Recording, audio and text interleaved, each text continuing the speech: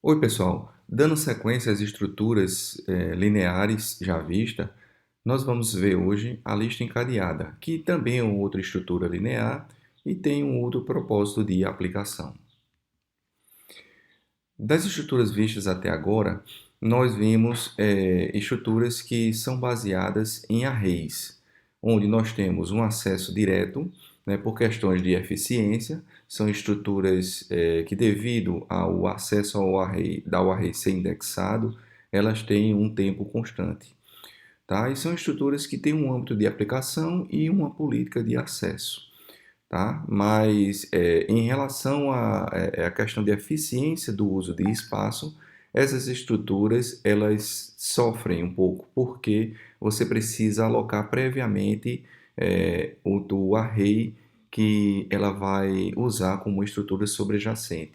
Então isso deve ser feito em tempo de compilação. A pergunta é: será que não existe uma estrutura que permita alocar o espaço de forma dinâmica e sob demanda?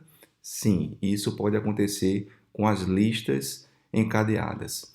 Tá? Então, lista encadeada ou ligada, também chamada por linked list, é um tipo abstrato de dado fundamental em computação. Ele é útil para diversos propósitos e pode servir como estrutura sobrejacente de diversas outras estruturas. A lista, ela tem um tamanho arbitrário e dinâmico. Ela não sofre com a questão do tamanho, de se criar a estrutura com um tamanho fixo, embora isso seja possível também de implementar. Vai depender do design. O acesso à lista sempre é sequencial.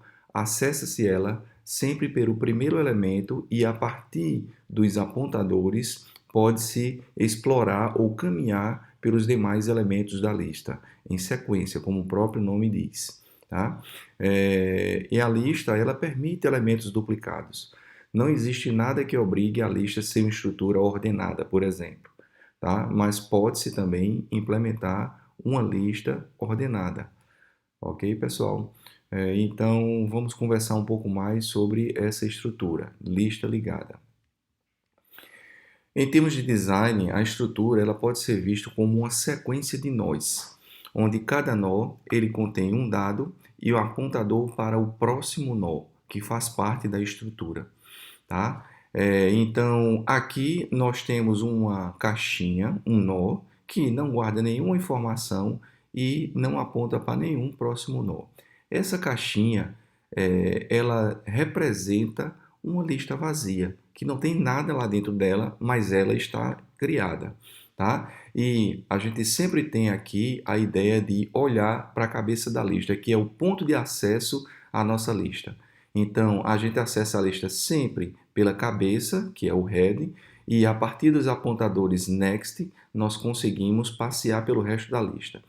Então, aqui está um exemplo de uma lista que não é vazia. Tá? O head sempre aponta para o primeiro elemento da lista, que é uma caixinha, um nó, que contém um dado, e um apontador para o próximo, tá? Que por sua vez é uma outra caixinha que contém um dado e um apontador para o próximo, que neste caso é uma outra caixinha que não tem nada e também não tem próximo, tá? Isso daqui denota o que? A lista vazia, tá? Então são exemplos da estrutura lista. Por questões de simplificação, nós chamamos esse nó aqui vazio, chamamos de nil, que é também chamado de nó sentinela. Esse nó sentinela deve sempre existir para representar a lista vazia e também deve sempre existir ao final de cada lista. Certo? Uma lista que não é vazia sempre tem que ter ao final dela esse nó sentinela.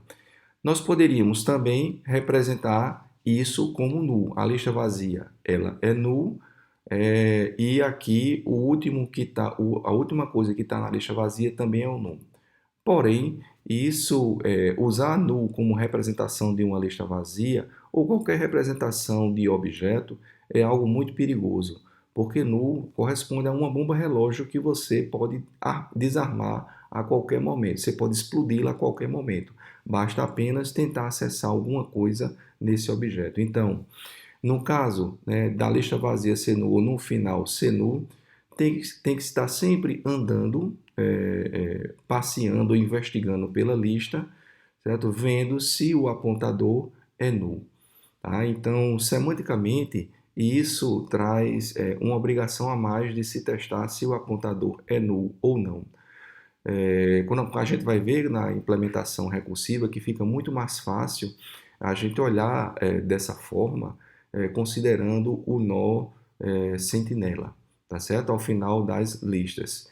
Porque o nó sentinela ele vai ser uma caixinha, um objeto que ele vai existir e ele vai ser capaz de responder a perguntas que são feitas a ele sem explodir uma bomba relógio. No caso do nu, não. Se a gente pergunta alguma coisa ao nu para ele responder, certo? Ele automaticamente explode essa bomba relógio, tá? Então, o design adotado vai ser esse aqui, para as listas. Existe também a lista duplamente encadeada. Da mesma forma que eu caminho em um sentido em uma lista, eu posso caminhar em outro sentido também. Para isso, a estrutura precisa ter três campos, o nó. O campo que guarda o dado, o campo que guarda o próximo e o campo que guarda o anterior.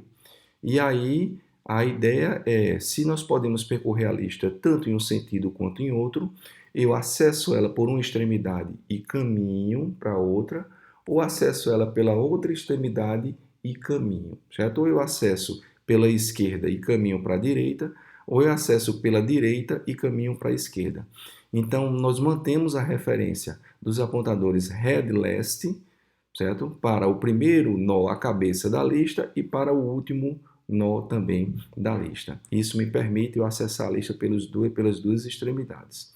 Aqui está a representação do nó vazio, tá? E notem que aqui uma lista que tem mais de um elemento, ela sempre tem o nó vazio aqui à esquerda e o nó vazio à direita. Tá? E o head e o last, o head aponta para o primeiro nó que não é vazio e o last aponta para o último nó que não é vazio. Então nós teríamos aqui sempre o nil, a noção do nó nil, nó sentinela, no começo da lista, certo? E no final da lista duplamente encadeada. Bem, na hora que nós formos definir, veja que essa caixinha do nó, ela tem um apontador next, que ela aponta para um próximo nó, que é do mesmo tipo dela. Então, aqui nós já vemos que essa estrutura, ela vai ser definida de forma recursiva. Ela é uma estrutura recursiva, porque dentro dela tem um campo que aponta para um objeto que é do tipo dele mesmo. Tá? E nós podemos, nessa estrutura recursiva, resolver tudo segundo duas abordagens, implementar os métodos de uma lista segundo duas abordagens. Uma abordagem iterativa, onde os métodos são completamente iterativos, e a abordagem recursiva, onde a maior parte do método eles são recursivos. Isso reduz um pouco, reduz a quantidade de código, aumenta a abstração, adere à ideia da estrutura recursiva, ser resolvida tudo com recursão, tá? Mas requer um pouco mais de atenção do desenvolvedor. Nós vamos ver essas duas abordagens. Bem, vou falar um pouco, a ideia do uso forte de lista, ela vem muito do paradigma funcional.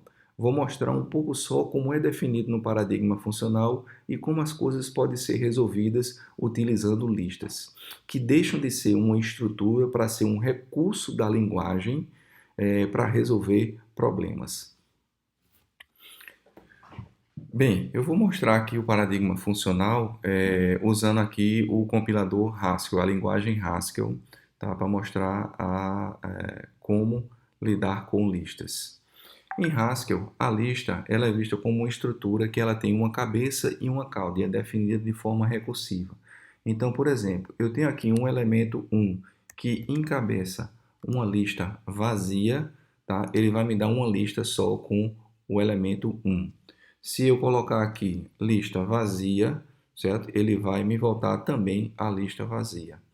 E aí tem as operações de listas. Imagino que eu queira aqui uma lista, o 3, que encabeça uma lista que tem o 1, que tem o 4 e que tem o 8.